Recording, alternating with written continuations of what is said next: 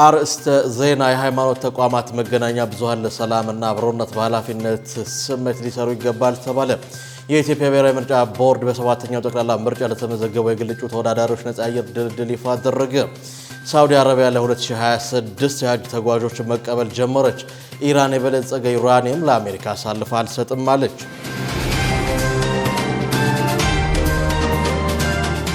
አሰላሙ አለይኩም ወራህመቱላሂ ወበረካቱ። ክብራትና ክብራን የነጃሺ ቲቪ የምሽት መረጃ ተመልካቾቻችን እንደምን አምሽታችኋል? ከመረጃዎቹ ጋር ሰኢድ መሐመድ ነኝ። አብራችሁን ቆዩ። የሃይማኖት ተቋማት መገናኛ ብዙሃን ለሰላም ለአብሮነት በኃላፊነት ስሜት መስራት ይገባቸዋል ተባለ። የሃይማኖት ተቋማት መገናኛ ብዙሃን ለተከታዮቻቸው ሃይማኖታዊ አስተምህሮትን ከማጽረስ ባሻገር ለሀገር ሰላም አብሮነት በኃላፊነት ስሜት መስራት እንዳለባቸው የኢትዮጵያ መገናኛ ብዙሃን ባለስልጣን ዋና ዳይሬክተር ሃይማኖት ዘለቀ ገለጹ። የኢትዮጵያ መገናኛ ብዙሃን ባለስልጣን ባለፉት 3 ወራት በሃይማኖት ተቋማት መገናኛ ብዙሃን ላይ ያደረገውን የይዘት ስርጭት ክትትልና ግምገማ ውጤት ይፋ ማድረጊያ መርሃ ግብር አዘጋጅቷል። የሃይማኖት ተቋማት የመገናኛ ብዙሃንን ለሰላምና አብሮነት በሚል መሪ ሐሳብ በሚካሄደው መርሃ ግብር ላይ የጠቅላይ ሚኒስትሩ የማህበራዊ ጉዳዮች አማካሪ ሚኒስትር ሙዓዘ ጥበባት ዲያቆን ዳንኤል ክብረት፣ የሰላም ሚኒስትር መሐመድ እድሪስ፣ የመንግስት ኮሚኒኬሽን አገልግሎት ሚኒስትር ዴኤታ ተስፋሁን ገበዛይና የሃይማኖት ተቋማት የመገናኛ ብዙሃን ተወካዮች ተገኝተዋል። የኢትዮጵያ መገናኛ ብዙሃን ባለስልጣን ዋና ዳይሬክተር ሃይማኖት ዘለቀ በዚሁ ወቅት እንደገለጹት የሃይማኖት ተቋማት መገናኛ ብዙሃን ለህብረተሰቡና ለተከታዮቻቸው ሃይማኖታዊ አስተምህሮአቸውን ከማድረስ ባሻገር አብሮነትን፣ መረዳዳትን፣ ፍቅርን፣ ሰላምን፣ ልማትንና የጋራ እሴቶችን በማስረጽ አዎንታዊ አበርክቶ አላቸው ብለዋል። ከለውጡ በፊት በነበሩት መገናኛ ብዙሃን ህጎች የሃይማኖት ተቋማት የሃይማኖት መገናኛ ብዙሃን እንዳያቋቁሙ ህጋዊ እውቅናና ፈቃድ እንዳያገኙ ተከልክለው መቆየታቸውን ገልጸዋል። ይሁን እንጂ ሀገራዊ የሚዲያ ሪፎርም ሲደረግ የመገናኛ ብዙሃን ፖሊሲና አዋጅ እንዲሻሻል በማድረግ የሃይማኖት ተቋማት መገናኛ ብዙሃንም በህግ እውቅናና የብሮድካስት ፈቃድ በማግኘት እንዲንቀሳቀሱ ምቹ ሁኔታ ተፈጥሯል ብለዋል። የመገናኛ ብዙሃን ባለስልጣናት ከሁሉም የሃይማኖት ተቋማት ጋር በመቀናጀት የተቋማቱ መገናኛ ብዙሃን በህግ በተሰጣቸው እውቅና ፈቃድ መሰረት አውጥተው እንዲንቀሳቀሱ አስፈላጊውን የክትትልና ድጋፍ ስራ ሲያከናውን መቆየቱን ገልጿል። የኢትዮጵያ መገናኛ ብዙሃን ባለስልጣን በመገናኛ ብዙሃን አዋጅ ቁጥር 1235/2013 በተሰጠው ተግባርና ኃላፊነት መሰረት በሃይማኖት ተቋማት መገናኛ ብዙሃን ላይ ላለፉት 3 ወራት ያካሄደውን የክትትልና የግምገማ ውጤት ሪፖርት በማቅረብ የጋራ የውይይት መድረክ አዘጋጅቷል ብለዋል። ከ51 በላይ የሚሆኑ የሃይማኖት ቴሌቪዥን ጣቢያዎች ፈቃድ በማግኘት ስርጭት ላይ እንደሚገኙ ጠቅሰው በዲጂታል በማህበራዊ ሚዲያዎች በኩል ሃይማኖታዊ መልእክት ለተከታዮቻቸው እንደሚያቀርቡም ተገልጿል። ይሁን እንጂ ጥቂት የማይባሉት ህግን የሚተላለፉ ሃይማኖታዊ እሴትን የሚያሸረሽሩ የማህበረሰቡን ባህል እሴት የማይወክሉና ኃላፊነት የጎደላቸው ይዘቶችን የሚያሰራጩ እንዳሉም አመልክተዋል። የሃይማኖት መገናኛ ብዙሃን የሀገሪቱን ህጎችና ሃይማኖታዊ እሴቶች አክብረው እንዲንቀሳቀሱ ጥሪ መቅረቡን ኢዜአ ዘግቧል። የሃይማኖት ሚዲያዎች የሚሰራጩ ይዘቶች ለሁሉም ሃይማኖቶች፣ እምነቶች ተገቢ ክብር የሚሰጡ የሃይማኖትና የእምነት ነጻነትን፣ መሰረታዊ ሰብአዊ መብትን የሚያከብሩ መሆን እንዳለባቸው አሳስቧል። የኢትዮጵያ ሃይማኖት ተቋማት ጉባኤ ዋና ጸሐፊ የኢትዮጵያ መገናኛ ብዙሃን ባለስልጣን የቦርድ አባል ቀሲስ ታጋይ ታደሰ በበኩላቸው የሃይማኖት ተቋማት ለሀገር ሰላምና አብሮነት የጎላ አበርክቶ እንዳላቸው ገልጿል። የኢትዮጵያ የበርካታ ሃይማኖት የጥንታዊ ስልጣኔ የብዝሃ ማንነት ባለቤት መሆኗን ገልጸው የሃይማኖት ተቋማት የዘመናት የሰላም ምንጭ ሆነው መቆየታቸውን አውስተዋል። በመሆኑም መንፈሳዊ የመገናኛ ብዙሃን ተቋማት ብዝሃነትን እንደ ጌጥ በመቁጠር የዜጎችን ትስስርና አንድነት ማጠናከር አለባቸው ብለዋል። ከዚህ ባለፈ ከፈጣሪ የተሰጣቸውን የርህራሄ የፍቅር ትምህርት ወደ ጎን በመተው የጥላቻ ንግግር የሚያራምዱ በሃይማኖት ስም የሚነግዱ አካላት ላይ ህጋዊ እርምጃ መውሰድ እንደሚገባ በመግለጽ የኢትዮጵያ ሃይማኖት ተቋማት ጉባኤ ተጠያቂነት እንዲሰፍን ከሚመለከታቸው አካላት ጋር በቅንጅት ይሰራል ብለዋል። ለግል እጩ ተወዳዳሪዎች ነፃ የአየር ሰዓት ድልድል ይፋ መሆኑ ተገለጸ። የኢትዮጵያ ብሔራዊ ምርጫ ቦርድ በሰባተኛው ጠቅላላ ምርጫ ለተመዘገቡ የግል እጩ ተወዳዳሪዎች ነፃ የአየር ሰዓት ድልድል ይፋ አድርጓል። ቦርዱ ድልድሉን ይፋ ያደረገው በሰባተኛው ጠቅላላ ምርጫ በግል እጩነት ለመወዳደር የተመዘገቡ የግል እጩ ተወዳዳሪዎች ጋር ውይይት ባደረገበት ወቅት መሆኑን ኤፍኤምሲ ዘግቧል። የቦርዱ ዋና ሰብሳቢ ሜላትወርቅ ኃይሉ ሰባተኛውን ጠቅላላ ምርጫ በጊዜ ሰሌዳው መሰረት ለማካሄድ የቅድመ ዝግጅት ተግባራት እየተከወነ ነው ብለዋል። የግል እጩዎችን የአየር ሰዓት መደልደል የቅድመ ስራው አንዱ አካል መሆኑን ጠቅሰው የግል እጩዎቹ የምረጡ እንቅስቃሴ ኃላፊነት በተሞላበት ሕግን በተመከተለ መንገድ መከወን እንዳለበት አስገንዝቧል። በድልድሉ መሰረት ለወንድ የግል እጩ 15 ደቂቃ ርዝማን ያለው አንድ ቴሌቪዥን፣ አንድ ራዲዮ፣ አንድ የጋዜጣ አምድ በመረጣቸው መገናኛ ብዙሃን ላይ ያስተላልፋል። የግል እጩዋ ሴት ከሆነች በ3 መገናኛ ብዙሃን ስርጭት አማራጮች የሚሰጠውን ነፃ አየር ሰዓት በመረጠችው የስርጭት አማራጭ እንድታስተላልፍ አንድ ተጨማሪ እድል ይሰጣል። ሴት አካል ጉዳተኛ ከሆነች ደግሞ ምርጫው ወደ 5 ከፍ እንደሚል መግለጹን የምርጫ ቦርድ ያመላክቷል። በተመሳሳይ ወንድ አካል ጉዳተኛ እጩ ከሆነ በ3 የስርጭት አማራጮች ለአንድ ጊዜ የነበረው ነፃ አየር ሰዓት ድልድል በመረጠው የስርጭት አማራጭ ላይ አንድ ተጨማሪ እድል ይሰጡ። ወደ ውጪ መረጃዎቻችን አለፍን። ሳውዲ አረቢያ ለ2026 የሀጅ ተጓዦችን መቀበል ጀምራለች። የሳውዲ አረቢያ የሀጅና ኡምራ ሚኒስቴር የ2026ቱን ሀጅ ኦፊሴላዊ ፈቃድ ያላቸው ምዕመናንን ብቻ እንደሚቀበል በድጋሚ አስታውቋል። ባለስልጣኑ ለዓመታዊ ሀጅ ጉዞ ላይ የህግ መተላለፍ ለሚያሳዩ ሰዎች ቅጣት እንደሚጠብቃቸው አስጠንቀዋል። በሳውዲ ፕሬስ ኤጀንሲ በወጣው መግለጫ ሚኒስቴሩ ሁሉም የተጓዦች ጉዳይ ቢሮዎችና ፈቃድ ያላቸው የአገልግሎት አቅራቢዎች ተሳታፊዎች አስፈላጊውን ፈቃድ እንዲያገኙና የጸደቁ ሂደቶችን ሙሉ በሙሉ ማክበር እንዳለባቸው ተናግሯል። ይህ የሆነው ሀጃጆች በአምልኮ ቦታዎች መካከል ያላቸውን እንቅስቃሴ ስርዓቱን የጠበቀ እንዲሆን ታስቦ ነው ተብሏል። በተለይም በሚናና አረፋት ተራራ ባሉ ከፍተኛ የአምልኮ ስፍራዎች ከመጠን በላይ መጨናነቅ ጋር የተያዙ አደጋዎችን ለመቀነስ መታሰቡን ባለስልጣን መስሪያ ቤቱ አስታውቋል። ሀጅ ከ5ቱ እስልምና ምሰሶዎች አንዱ ነው። ለዚህም ሃይማኖታዊ ስርዓት ከመላው ዓለም በሚሊዮን የሚቆጠሩ ሙስሊሞችን ያሰባስባል። በ2025 የሀጅ ወቅት በአጠቃላይ ከ1 ሚሊዮን 600 ሺህ በላይ ሀጃጆች ሀጅ ማድረጋቸውን የሀጅ ሚኒስቴርና የሳውዲ ዳታ ሚኒስቴር አስታውቋል። በዘንድሮ የሀጅ ጉዞ ከአምናው በበለጠ የሀጅ አድራጊዎች ቁጥር ይጨምራል ተብሎ ይጠበቃል። ቱርክ እስራኤል ደህንነትን እንደ ሰበብ በመጠቀም ተጨማሪ መሬት ለመያዝ እየሞከረች ነው ስትል ወቀሰች። የቱርክ የውጭ ጉዳይ ሚኒስትር ሃካን ፊዳን እስራኤል ደህንነትን እንደ ሰበብ በመጠቀም ተጨማሪ የጎረቤት ሀገራት መሬትን ለመያዝና ለመውረር እየጣረች መሆኑን ገልጸዋል። ሚኒስትሩ ይህን የተናገሩት በአንታሊያ የዲፕሎማሲ ፎረም ላይ ባደረጉት ንግግር ሲሆን የቤንያሚን ኔታንያሁ መንግስት የደህንነት ስጋትን እንደ ሽፋን በመጠቀም የግዛት ማስፋፋት ፖሊሲ እየተከተለ መሆኑን አስረድተዋል። የእስራኤል የራሷን ደህንነት ለማስጠበቅ እየሰራች አይደለም፣ ይልቁንም ተጨማሪ መሬት ፍለጋ ላይ ናት ብለዋል። በኔታንያሁ መንግስት ተጨማሪ መሬት ለመያዝ እንደ ምክንያት የሚጠቀሙበት ደህንነት የሚለው ቃል ነው ሲሉም ወንጅለዋል። ይህ በእንዲህ እንዳለ የእስራኤል ከሊባኖስ ጋር የተኩስ አቁም ስምምነት ብታደርግም የእስራኤል መከላከያ ሚኒስትር እስራኤል ካትዝ ግን ጦርነቱ አለመጠናቀቁን ገልጸዋል። እንደ ሚኒስትሩ ገለጻ እስራኤል በደቡባዊ ሊባኖስ የተቆጣጠረቻቸውንና ያጸዳቻቸውን ስፍራዎች በሙሉ ይዛ ትቀጥላለች ብለዋል። ካትዝ ጨምረውም የሊባኖሱ ታጣቂ ቡድን ሄዝቦላህ በአንድም ይሁን በሌላ መንገድ ትጥቁን እንዲፈታ ይደረጋል ሲሉ አስጠንቅቀዋል። ሄዝቦላ በበኩሉ ትጥቅ መፍታት የማይታሰብ መሆኑን አበክሮ ተናግረዋል። እስራኤል በጋዛ ዌስት ባንክና አሁን ደግሞ በሊባኖስ በሶሪያ አቅጣጫ የምታደርገው እንቅስቃሴ የወረራና የማስፋፋት መሆኑን ሃካን ፊዳን ተናግረዋል። በኢራን ላይ ህገወጥ ጥቃቶች በቀጠናው ያለውን የጸጥታ ስጋት ማባባሳቸውን ፕሬዝዳንት ኤርዶጋን ገለጹ። በኢራን ላይ የሚፈጸመው ህገወጥ ጥቃት በቀጠናው ያለውን የደህንነት ስጋት በከፍተኛ ሁኔታ እንዲጨምር ማድረጋቸውን የቱርክ ፕሬዝዳንት ረሰብ ታይብ ኤርዶዋን ገልጸዋል። ፕሬዝዳንቱ ይህን የገለጹት በአንታሊያ ከፓኪስታን ጠቅላይ ሚኒስትር ሻህባዝ ሻሪፍ እና ከኳታር አሚር ሼክ ተሚም ቢን ሐማድ አልታኒ ጋር ባደረጉት ውይይት እንደሆነ አናዶሉ ዘግቧል።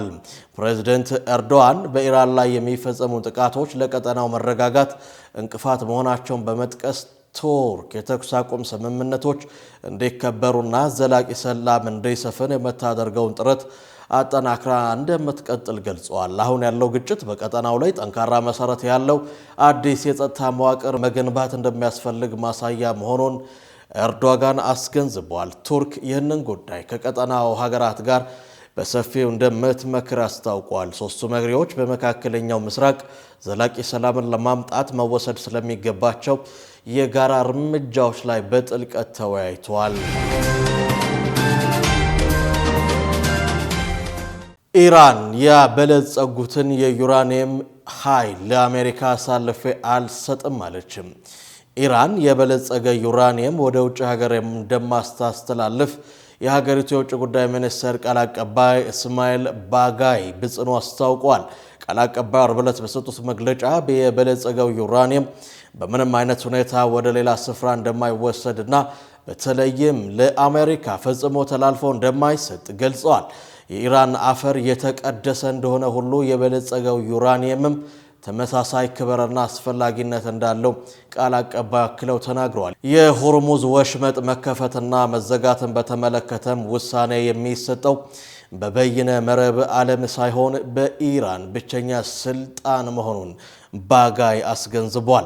ከተኩስ አቁም ስምምነቱ በኋላ የንግድ መርከቦች በሰርጡ በኩል ማለፍ የሚችሉት የሚመለከታቸው አካላት በሚሰጡት ግምገማ መሰረት ብቻ እንደሆነ ጠቁመዋል። በኢራን ላይ የሚጣል ማንኛውም የባህር ላይ እገዳ እንደ ጦርነትና የተኩስ አቁም ስምምነት ጥሰት ተቆጥሮ ሀገሪቱ ተመጣጣኝ ምላሽ እንደምትሰጥም አስጠንቅቀዋል። ኢራን በማንኛውም ስምምነት ውስጥ ጥቅሟና ፍላጎቷ መከበሩን ካረጋገጠች ብቻ ድርድር ላይ መድረስ እንደሚቻል የገለጹት ቃል አቀባዩ በተለይም የተጣሉባትን ማዕቀቦች ማንሳት በሀገሪቱ ላይ ለደረሰው ጉዳት ካሳ መክፈል ለቴህራን ትልቅ ትርጉም እንዳለው አብራርተዋል። በድርድሩ ሂደት ውስጥ ምንም አይነት ብዥታ የሌለባቸውና ግልጽ የሆኑ አቋሞች መኖራቸውንም ባጋይ በዚሁ መግለጫቸው አረጋግጠዋል።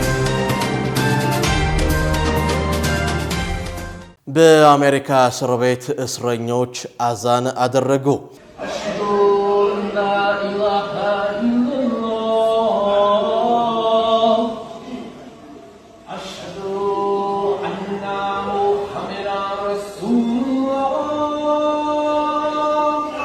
በአሜሪካ እስር ቤት ውስጥ እስረኞች ከፍ ባለ ድምፅ አዛን ሲያደርጉ ታይቷል። የእስረኞቹ ድርጊት በተንቀሳቃሽ ምስል የተመለከቱ አላህ በዲናቸው እንዲያጸናቸው ዱዓ አድርገውላቸዋል። በአሜሪካ እስር ቤቶች ውስጥ በየዓመቱ በርካታ ቁጥር ያላቸው ታሳሪዎች እስልምናን ይቀበላሉ። ከሰሞኑ የተለቀቀው እስረኞች አዛን ሲያደርጉና ሲሰግዱ የሚያሳየው ምስል የዚሁ ማሳያ ነጸብራቅ ነው ተብሏል። እስልምና ከአሜሪካ እስር ቤቶች ውስጥ ከመስፋፋቱ ባለፈ በመላው ዓለምም ጭምር በፍጥነት እየተስፋፋ መሆኑ ይታወቃል።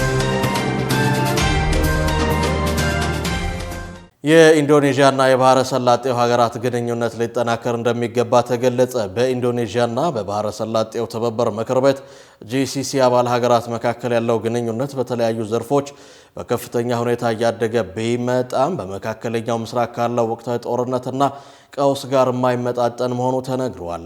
ባለፈው ሚያዝያ ወር 2026 የሳውዲ አረቢያ ባህል ሚኒስትር ልዑል ባድር ኢብን አብዱላህ ኢብን ፈርሃን አልሳውዲ በጃካርታ ባደረጉት ጉብኝት ከኢንዶኔዥያ የባህል ሚኒስትር ፋድሊ ዞን ጋር በበርካታ ጉዳዮች መምከራቸውን ሚድል ኢስት አይ ሞኒተር ዘግቧል። ምንም እንኳ ግንኙነቶች በሁለቱ ወገኖች መካከል የረጅም ጊዜ መተማመንን ለመፍጠር የሚረዱና ከፖለቲካዊ ስጋት ነፃ ቢሆኑም በክልሉ ካለው የጸጥታ ቀውስ አንጻር ግን በቂ እንዳልሆነ ተንታኞች ገልጿል። በተለይም አሜሪካና ኢራን መካከል ያለው ውጥረት አይሎ ቀጠናውን እያናጋ ባለበት በዚህ ወቅት በባህል ኪነ ጥበብ ላይ ብቻ ማተኮር ለወቅቱ አስቸኳይ ችግር መፍትሄ እንደማይሆን ተመልክቷል። ዘገባው እንደሚያመለክተው ኢንዶኔዥያና የባህረ ሰላጤው ሀገራት ከባህል ትብብር ባለፈ ጠንካራ የዲፕሎማሲያዊ መስኮች ላይ ማተኮር ይገባቸዋል ተብሏል። ክቡራትና ክቡራን የነጃሺ ቲቪ ምሽት መረጃ ተመልካቾቻችን አሁን ደግሞ የተመራረጡ ወቅታዊ የቢዝነስ መረጃዎችን እናደርሳችኋለን። ዙበይዳ ሐሰን እንደሚከተለው አዘጋጅተዋለች።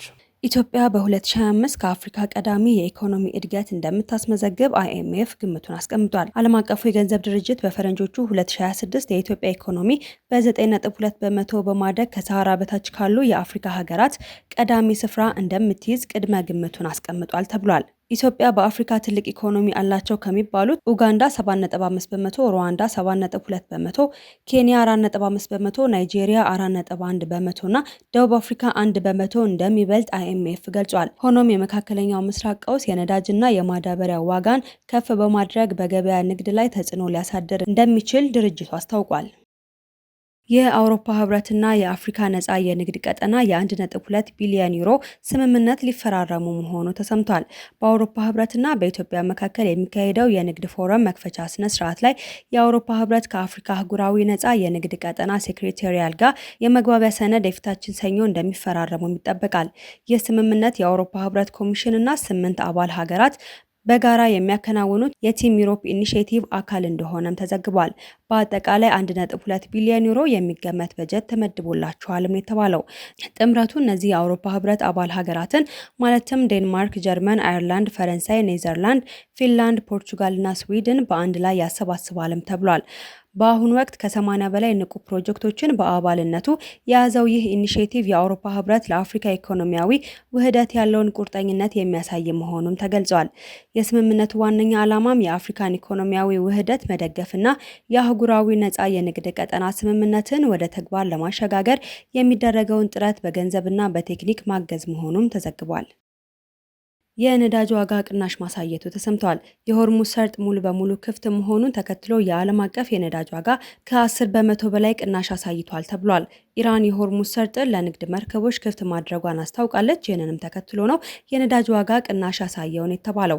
በዚህም ብሬንት ድፍድፍ ነዳጅ በ10.96 በመቶ ቅናሽ በማድረግ በበርሚል 88.5 ዶላር እየተሸጠ ይገኛል። የWTI ድፍድፍ ነዳጅ ዋጋ ደግሞ በ11.56 በመቶ ቀንሶ 83.74 ዶላር የገበያ መሸጫ ዋጋው ሆኖ ተመድቧል። እገዳው ከተነሳ በኋላ ሰርጡን ያለፈችው የመጀመሪያዋ ነዳጅ ጫኝ መርከብ የፓኪስታን ሰንደቅ ዓላማን የያዘች ሻርማል የተባለችዋ መርከብ መሆኗም ተዘግቧል። መርከቧ 450 ሺህ በርሚል ድፍድፍ ነዳጅ ከአረብ ኤሜሬት በመጫን ወደ ካራቺ በመጓዝ ላይ እንደነበረችም ነው ዘገባው ያሳየው። ምንም እንኳን ይህ ተስፋ ሰጪ እርምጃ ቢታይም አሁንም ድረስ በቀጠናው 823 የሚጠጉ መርከቦች ተከማችተው እንደሚገኙና የመርከቦቹ እንቅስቃሴ ገና ወደ ቀድሞ ጥብቅ ሁኔታ እንዳልተመለሰ መረጃዎች አሳይተዋል። በመካከለኛው ምስራቅ ጦርነት ተቀዛቅዞ የቆየውም የዓለም የፋይናንስ ማዕከል አክሲዮን ገበያዎች መነቃቃት አሳይተዋልም ተብሏል።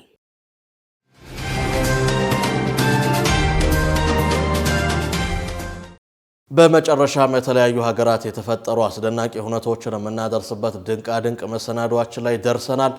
ኢማን መሐመድ አዘጋጅተዋለች። በአሜሪካ ተመራማሪዎች ባካሄዱት ጥናት ሰው ሰራሽ አስተውሎትን በመጠቀም የአልዛይመር ህመም ቅድመ ምልክቶችን በአንድ ደቂቃ ውስጥ መለየት እንደሚቻል ተገልጿል። እንደ ተመራማሪዎቹ ገለጻ ቴክኖሎጂው ሰዎች በቃላት ምርጫቸው፣ በንግግር ፍሰታቸውና በአረፍተ ነገር አወቃቀራቸው ላይ የሚያሳዩአቸውን ለውጦች መሰረት በማድረግ የመለየት አቅም አለው። በተለምዷዊው መንገድ የሚካሄዱ የአልዛይመር ቅድመ ምልክት ምርመራዎችን ይተካል ተብሎ ተስፋ የተጣለበት ይህ የሰው ሰራሽ አስተውሎት ቴክኖሎጂ እጅግ ቀላል፣ ፈጣንና ለአጠቃቀም ምቹ መሆኑም ተነግሮለታል። እስካሁን በሕክምናው ዘርፍ ለአገልግሎት እየዋሉ ያሉ የአልዛይመር መመርመሪያ ዘዴዎች ረጅም ጊዜ የሚወስዱ ከመሆናቸውም በላይ አልፎ አልፎ በባለሙያዎች የግል ምልከታ ላይ የሚመሰረቱ መሆናቸውን ጥናቱ አመልክቷል። አልዛይመር ቀስ በቀስ የሰው ልጅ የማስታወስና የማሰብ ችሎታ በመቀነስ የዕለት ተዕለት የህይወት ግንዛቤን የሚያዛባና በተለይም በእድሜ የገፉ ሰዎች ላይ የሚስተዋል ህመም ነው። አዲሱ ቴክኖሎጂ በሽታው አስቀድሞ እንዲታወቅና አስፈላጊው ሕክምና በወቅቱ እንዲጀመር ምቹ ሁኔታን እንደሚፈጥር የሳይንቲፊክ መረጃ ያመለክታል። በዓለም ዙሪያ በዚህ ህመም የሚጠቁ ሰዎች ቁጥራቸው ከፍተኛ እንደሆነ የሚገመት ሲሆን በአሜሪካ ብቻ እድሜያቸው ከ65 ዓመት በላይ የሆኑ ከ7 ሚሊዮን በላይ ህሙማን እንዳሉም ጥናቱ ጠቁሟል። በአሜሪካ የተገኘችው ዶሮ 15 ዓመት ከ100 ቀናት እድሜ ላይ መገኘቷ በዓለም ላይ በህይወት ያለች በእድሜ ትልቋ ዶሮ አስብሏታል። እንዲህ ያሉትን ያልተለመዱና አስደናቂ ጉዳዮችን የሚዘግበው የዓለም ድንቃ ድንቆች መዝገብም ይህችን ዶሮ በመዝገቡ ላይ አስፍሯታል። ጌርቲ በሚል መጠሪያ የምትታወቀው ይህች ዶሮ በአሜሪካ ቴክሳስ የምትኖረውንና ፐርል በሚል መጠሪያ የምትታወቀው ዶሮ ከዚህ ቀደም ይዛው የቆየችውን ክብረ ወሰን በ6 ወራት ማሻሻሏ ተገልጿል።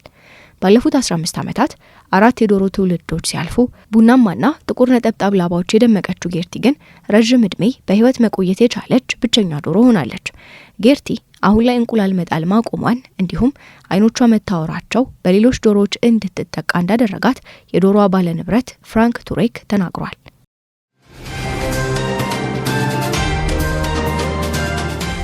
ክቡራትና ክቡራን የነጃሺ ቲቪ የምሽት መረጃ ተመልካቾቻችን የዕለቱን የምሽት መረጃ በዚሁ አገባደድን። ከቀሪ የነጃሺ ቲቪ የምሽት መሰናዶ ጋር መልካም